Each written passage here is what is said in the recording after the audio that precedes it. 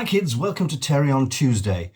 Bit of a change this week. I did plan to have another Andor build thing for you this week. But this is not going to be that, okay? Here's a quick update though. Proof. 4 completely finished. 5 and 6 in progress.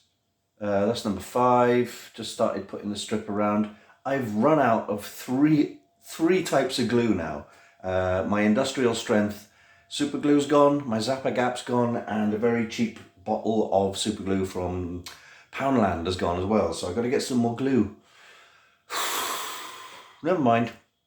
Okay, so that's how far I've got with the Andor build. I will be doing more this weekend because I always film these on Saturday, and I'll be carrying on through the week. So we'll have one for you next week, hopefully. Yeah, I got the tramp gloves on because I'm freezing. Okay, reason there isn't much progress on Andor. I mean, there's a little bit, obviously, but I'm scraping barrel for energy at the moment. I had a bit of a stressful week. Too much to do, not enough time to do it, not enough energy to do it. A number of disappointments. Mainly to do with the film, Blood Students. Just over the last week, I've been in contact with people, I've been phoning organizations and stuff, and they make all the right noises, and they either get back to you and say, no, not interested, as regards locations and other things like that. And also sometimes they don't get back to you at all, which, they could have just said no on the phone call or whatever. I know this is the kind of normal thing that happens. If there was like a line producer working with me, they'd be making all the phone calls and they just get back to me and go, what's name said no, blah, blah, blah. And I'd be like, cool. But when you're doing all yourself, it gets a little bit demoralizing. And I have had, work-wise, I've been, plodding along with my usual stuff, plodding along. And my energy's been going like this. So it's not every day can you be full of beans and productive. I made the mistake of finishing a piece of artwork for someone and sending it to them without the watermark on it, because that's the way I've been trying to do things now. Is they get the artwork, they approve it, and then when they pay, they get the unwatermarked version. Unfortunately, like a fool, I was thinking I'd get paid rather quickly, and they took the piece of artwork, said it was great, and started using it, and haven't paid me. And I've tried to, ask them about it and give them gentle reminders. And, as always, there are extenuating circumstances. You hear many things from it's over the years. You hear every line in the book. And I'm not saying it's, it's not that they're all lying. I'm not saying it's just a made up excuse to hold on to the money for longer. But I really do need to get paid, guys, on time, as quick as possible, because as urgent as your job is, it's as urgent for me to get paid once I've finished the work. But it never works that way, unfortunately. People generally just go, haha, I got the work now. Now that said, I've lost my train of thought. A few minutes later. That's what I was going to say. This year I did promise myself that I would change the way I work, in that I would ask for a 50% payment up front for my artwork and stuff. And I've done that with 1 or 2 jobs, and it's worked out fine. And the second I let my guard down and say, pay me at the end, it hasn't happened. Aside from one job, and I will name, it's a chap called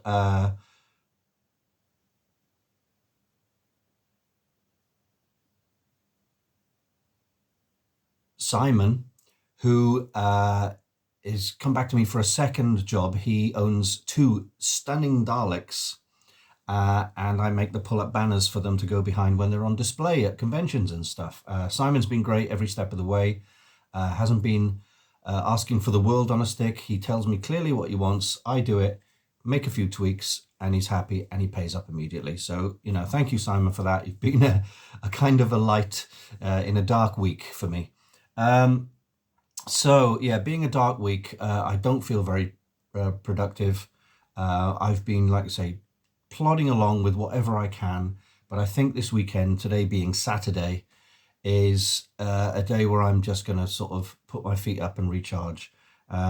Not literally, I never put my feet up. I'm always doing something. I've always got a massive to-do list of things that need to be pushed along ever so gently. I had a meeting last week in Cardiff to do with bloody students, like a production or pre-production meeting. Bloody students!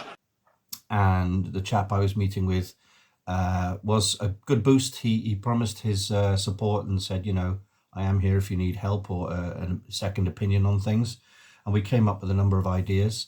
But yeah, I mean, other than that, not a lot happening. I do have a 6th draft to finish, but the meeting we had kind of prevents me from finishing the 6th draft because things may change in terms of cast and locations and stuff.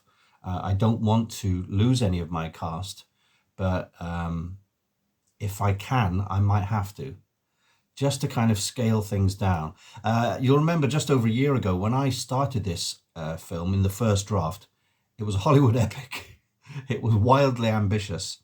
And I'm not saying, but if we had a really good, I was thinking about in terms of about 75 grand for the budget, which would have made the film totally doable in the way I wanted it as a big epic. But I've noticed over time that, especially with the current financial climate and people's situations, crowdfunding campaigns and donation campaigns do not bring in the money they used to. So I think I was wildly ambitious again, expecting to raise a hell of a lot of money. But that said, we're doing the Bloody Students crowdfunding campaign, most likely with Indiegogo, this coming May.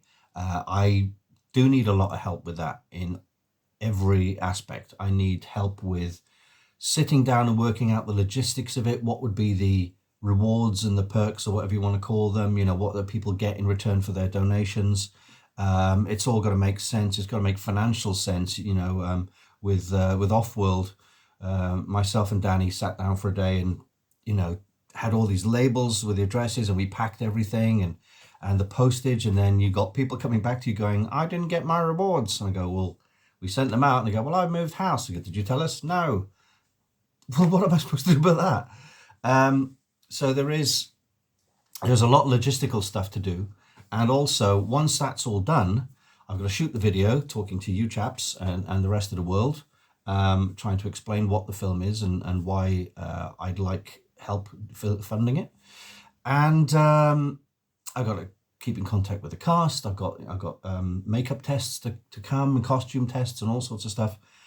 Props to build, props to buy. And all of this hinges on raising cash. And at the end of it, when we launched the campaign on the 1st of May, which I'm calling #Mummy Movie May. Was that right? Mummy Movie May? I think it was. trying to make that a thing. And then we do need active involvement from the cast and crew and anyone else who can help to share the link, share the thing over the 30 days so we can try and see if we can raise some money. It does feel like there's a lot on my mind at the moment, and there's a lot on my plate, and I do feel a little bit, that's the water level, and I'm like, I can't swim. So I'm a bit like that at the moment. So I popped out this morning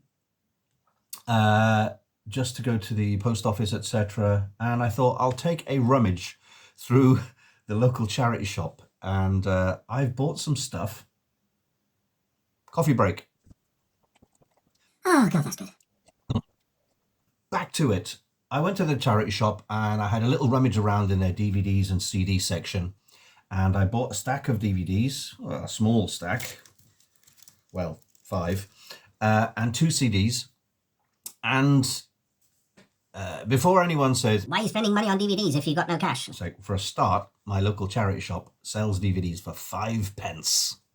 CDs 50p, which is a bit weird, but I know very few people buy physical media. I love physical media. I will only collect the stuff I'm really interested in. So I'll go through some of the stuff I bought. This is a direct kind of steal stroke homage to a friend of mine, Mr. Paul Mount. He has a YouTube channel called Paul's World of Stuff, where he regularly reviews movies. He used to work for Starburst magazine in the UK, if you remember that. He might still do, I don't know. But he is a part-time actor, etc., etc. I might even have a role for him in Bloody Students. We'll have to talk. And I'm working on a way that he can watch Offworld and give it a review on his channel. Be one of the first people to view it. So with that in mind, I'm going to take a leaf out of Paul's book. His YouTube channel is Paul's World of Stuff. I'll put a link in the description. And this is what I bought today. First one. Monty Python and the Holy Grail. As you can see, still in its cellophane. This was HMV by the look of it. It was 2 for £10 or $5.99 each. Not bad for 5p for a 2-discer. Now, weirdly, when I picked this up, I was convinced I've already got this. It's one of those, have I got this in the house? Never mind, I'll buy it, it's 5p. And I don't seem to have it. I'm sure I had a box set of Holy Grail and The Meaning of Life, which is my favourite Python film. I do have Holy Flying Circus, which was the docu-comedy drama about the life of Brian. I love all the Monty Python stuff, but The Meaning of Life is my favourite one. This is most people's favourite, the Holy Grail, because of the whole Brian thing. But for a 2-discer, and one rolling around getting scratched. No, that's in really good condition. What disc was that? That was disc 1, the feature film, and so disc 2, again, perfect condition. I thought, why not pick it up? I just had a look. All my DVDs I own are in this house, in certain shelves and stuff, and I don't seem to be able to find it. Maybe I got rid of it and then bought it back. I think everyone over the age of 30 and anyone with any taste under the age of 30 will own the Monty Python films because they're very funny. They're very low budget, surprisingly low budget. Fun fact, kids, George Harrison had a lot to do with funding this film and I think the others because he was friends with Eric Idle. They're also very, very surreal, ahead of their time in terms of non sequiturs and weird stuff going on that, just doesn't make sense. Was this one I think this is at the end. I'm not going to spoil it, but the ending is the most completely Deus Ex Machina thing going on. They're gleefully silly, and I did get the full box set of Fawlty Towers from my brother on DVD for Christmas. Yes, I still buy DVDs. I do have a Blu-ray player, and my big telly, which you cannot see, is there. Will play both. So might have some fun watching these later on. Cheer me up a bit. Another film that I've only ever seen once. And you'd think that it'd be the film that'd be right up my street, which is why I've gone and bought it. Jude Law, Gwyneth Paltrow, Angelina Jolie, Sky Captain in the World of Tomorrow. The World of Tomorrow. This was a bit of an experiment back in the day. What year was it? 2004. The experiment was, can we make a film 100% on green screen? So only the people and the props they're actually holding are real. Everything else is CGI with a green screen behind them, much like George Lucas's prequel trilogy, Star Wars. The World Will Tremble. So it's a very 1930s styly story, like it's like a pulp comic, along the lines of Biggles and, Dan Dare and that kind of stuff. Set in the World War II, apparently, with, it's very steampunk. It's a bit steampunk, yeah. So why did I buy it? Well, I remember seeing it once. Well, let's just check the disc, shall we? Absolutely immaculate. Even the inside of the box, it's like someone probably didn't even watch this once. But for 5p, you know what I mean? I watched this once around the time of 2004, and I couldn't get into it. The artificialness of the backgrounds and everything else being slightly fuzzy CGI. but I'll give it another go. It's very stylistic. Maybe I'll get more out of it. If I don't get much out of it, sorry about the glare. I'm right in front of a window. If I don't get much, ooh, that's quite cool. If I don't get much out of it, I'll let you know in future. But it's another one for 5p. You might give that a watch. This one I thought I owned, and I don't. The original first Thor movie. Obviously Chris Hemsworth and what's her face, Natalie Portman and Anthony Hopkins, Tom Hiddleston and Idris Elba. Directed by Kenny Branagh. This is a good film. I really enjoyed the first Thor. Most people like the first one. I wish they'd go back to this because Thor has turned into, you know, super slapstick now. He's pretty much the joke of the Marvel universe. And even Chris Hemsworth said recently, the Love and Thunder stuff went too far with the comedy and it needs to come back to a bit more serious. Grow your hair long again, mate. Put the proper Thor outfit on, even the helmet, and get back to being a proper badass. I really like this film for two reasons. One, because it's really well made. And secondly, because it's really well made. And what I mean by that is this was the one Marvel superhero that I thought, oh, I don't know how they're going to pull this one off. Iron Man, sure. You know, Captain America, sure. But when you've got Thor, who in the comics is a big kind of These and thous, and thou dost this. this is never going to work. But Kevin Feige, as usual, played it very clever and said, who can do what is essentially a costume drama for us? And he calls on Kenneth Branagh. They should bring Kenneth Branagh to do the next Thor again, to bring it back to its coolness. Obviously, it gave us the world. It's the film that gave us Chris Hemsworth, or did it? Chris Hemsworth almost goes completely unknown in the first 2009 Star Trek movie in the opening scenes where he plays Kirk's father, George Kirk.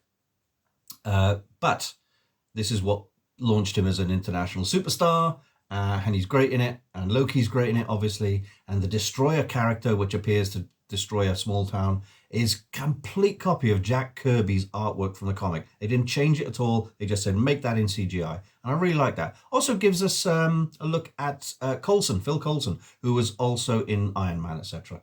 So I'm surprised that I don't own it, but I own it now. So that's going on in the superhero rack, and I may even watch it at some point. Now, the next two DVDs, a little bit of a cop-out. They're blank DVDs. There's nothing on them. We got a Philips DVD Plus RW, 120 minute. And this is a Pleo Max. It says a sensible bit of Samsung on it, which I don't know what that means, but it's quite funny. So it's 4.7 gig, and that one's 4.7 gig. 120 minutes, extended play 240 minutes. What does that mean? What does that mean? Standard play 120 minutes, extended play 240, super long play 360. I don't know what that means. It's a rewritable, which I think means you don't kind of what was the term? See, people don't burn discs anymore. I used to get through stacks of blanks. I've got backup discs here. That's a stack of backup discs, loads of them, from, you know, college and before college back in 2003. I've also got two, like, stuff's gonna fall down around me in a minute. Stop it. I've still got two of these. Remember these CD wallets? These are full of backup discs. And as old school as it may be, if I want something from way back in the day, if I didn't save it to disk, it's gone. It's lost forever. But I've found so much stuff on there back in the days of Napster and Audio Galaxy and BitTorrent and all these kinds of stuff. I know there's all kinds of trailers and artwork jobs I've done, illustrations, etc., etc., etc. So I thought I'd buy two blank discs. I can't remember if I've got any software to burn it, but I'm sure that's like a free download online nowadays, because people rarely burn stuff anymore. I'm assuming, because they're both rewritables, RWs, I'm assuming that you don't have to finalize these. That was the terminology I was looking for. Once you finish burning it, you finalize it. But that was for CDRs. Although all of those are CDs, the ones I showed you, burnable CDs for data. But this is DVD burnable. I'm fairly sure, I'm 99% sure my PC can burn DVDs, but you do need the right software. And obviously there's a bit more, there's only 4.7 gig on a disc, which is so weird now. I've got, where is it? It's up there. I've got a memory stick about that big, which will hold 64 gig or 128 gig, you know, and it's like, whole disc for 4.7 gig. It seems really archaic and old-fashioned, doesn't it? But hey, that's the kind of guy I am. Yeah, so I'm going to give these a crack and see if I can burn some stuff on them, if only for storage and backing up. So when I'm older, I can look back and go, oh, do you remember the stuff from 2023 and before? It's all on here. Because I did a recent rejig of my, just one folder on my PC, my pictures folder. I got everything together onto one disk, one hard drive, and I was like, right, get rid of some doublers, delete the stuff I don't want. And I cleared up about 80 gigs worth of space. And now 4.7 gig on a disk is not going to hold a lot. But I may be able to move some of the less important files onto these as backups and clear a little bit of room. So, yeah, again, I'll try and mention this next week if I have any joy with burning discs. So that's all the DVDs I bought.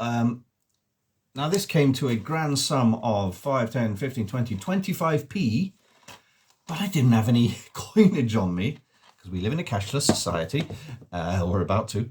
And they said, you can't really buy stuff with a card for less than £1. So I was like, oh, I'll find something else. I nearly picked up 2 Pirates of the Caribbean movies, which I already own, but they're in the very super slim cases. I don't have any to hand. They're all on the shelf. But, you know, the super slim cases like you'd get in a box set. I was thinking maybe I should buy all the Pirates films, but I could only find 2.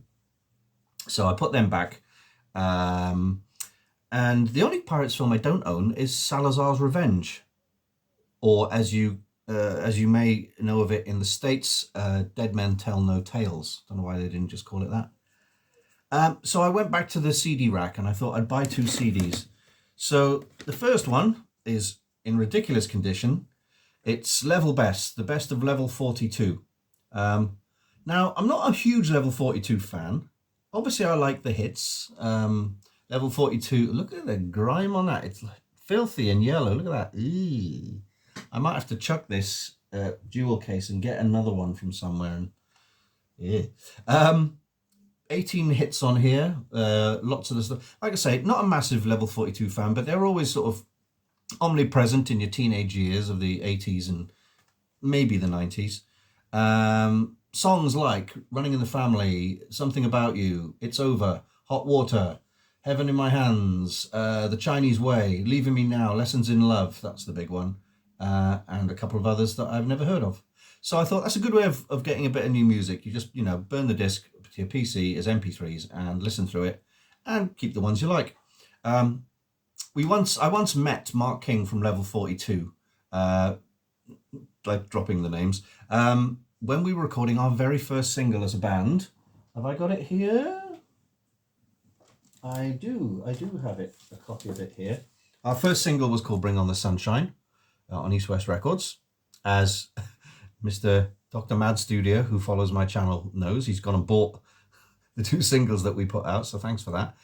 When we were recording this in a recording studio called Psalm West in London, the studio was owned by Trevor Horn. Who's Trevor Horn? Trevor Horn produced loads of stuff. He was the singer and the producer of Buggles' Video Killed the Radio Star, and Frankie Goes to Hollywood, Grace Jones, so many other things. Absolute legend. It was his studio. That's where they recorded Do They Know It's Christmas? And we were recording in that very same studio. So while we were doing the recording for Bring On the Sunshine, Mark King popped his head in. He's like, hi guys, what's going on? I was like, oh, it's Mark King. Apparently had his thumb insured. He's a bass player. Had his thumb insured for £1 million back in the day. Big noise. I'm sorry, this is a long video again. I've just noticed we're into 26 minutes. But last week's was 40, so that was bad. I will stop soon, I promise. Anyway, so I was chatting to Mark King for a bit, and he was interested to see what was going on, and seems like a super nice guy. And the rest of the boys in the band were like, Mark, who? Because they were quite young. Anyway, level 42. Let's just see, considering the filth and the grime and whatever it is. Maybe I think this has been in someone's car for years. You know, it all goes yellow and bleached. What's the... Andrew's dropped it. Now I do need anything. No, it's not great. I don't know if you can see that. It's a little bit fingerprinty. Shouldn't really do this, but it's old school technology. Oh, it's not bad. There are some grimy marks on there, which I got a feeling may skip. Hopefully they're on the tracks that I don't like. So, one broken jewel case. No, the hinges on it were gone anyway. Right, so that's level 42. We'll give that a spin later while I'm trying to get a little bit of work done. And then I couldn't find anything else I wanted. So I searched and searched, and I came across this. And to begin with, I didn't recognize it. The group is called Tat Syrup, which sounds ever so slightly pervy. And the album's called Mint. And I was like, where do I know Tat Syrup from? And it reminds me, it's basically, they're a ska band from Pontypridd, which is about 6 miles from my house. And that's where I used to live for the last, I lived there for 8 years. And one night we found ourselves, I don't know if it was a birthday party or something. We went to Club Abont, which is a tiny little club. I'll put a picture up here in Pontypridd, which always gets flooded when they have bad rain because they're right next to the river. But Club Abont was this tiny little underground sort of nightclub, and they had a couple of bands there. Oh, that's what it was. My mate Romano Merengue and his mate, I know his surname, I'm trying to think of his first name. Mark Tambini had a band called Jam with Robina, and they were playing a gig there, and they were also playing with Tat Syrup. So I think they were supporting Tat Syrup. And this was, as you can hopefully see there, like a 6-piece ska band. They did a lot of covers. They did the usual One Step Beyond and Night Boat to Cairo, which were all awesome. I love a bit of ska because I'm a child of the 80s, right? So, you know, early 80s, 82, 83, 84, you know, ska was big, Madness, Specials, Bad Manners, etc. So this has got nothing on the inside at all, but on the back it says Brett flute vocals, Jenny sax, Dan bass, John guitar vocals, Ben drums, Rob congas percussion vocals. Tatsyrup.co.uk. I'll check their website. I don't know if they're still going, you never know. This was recorded at Unit 40 Studios in Pontypridd. No idea where that is actually as a recording studio. Special thanks to, I love the special thanks it's got. Thanks to all our friends and families, anyone that's helped or promoted us over the years, you know who you are. Special thanks to Dr. Hot Knife, Steve Jones. I think I know Steve Jones. He was that TV presenter for HTV. Bruno and Nettie, whoever they are. The T Mauer, no idea what that is. Edward and Tubbs, Tea, as in cup of tea. Ren and Stimpy, The Simpsons. You know who to thank. The Specials, Madness, Bad Manners, and The Beat. So those are the 4 powerful British ska bands. I think the closest anyone's got the ska in the US would be, oh blimey, who's that band?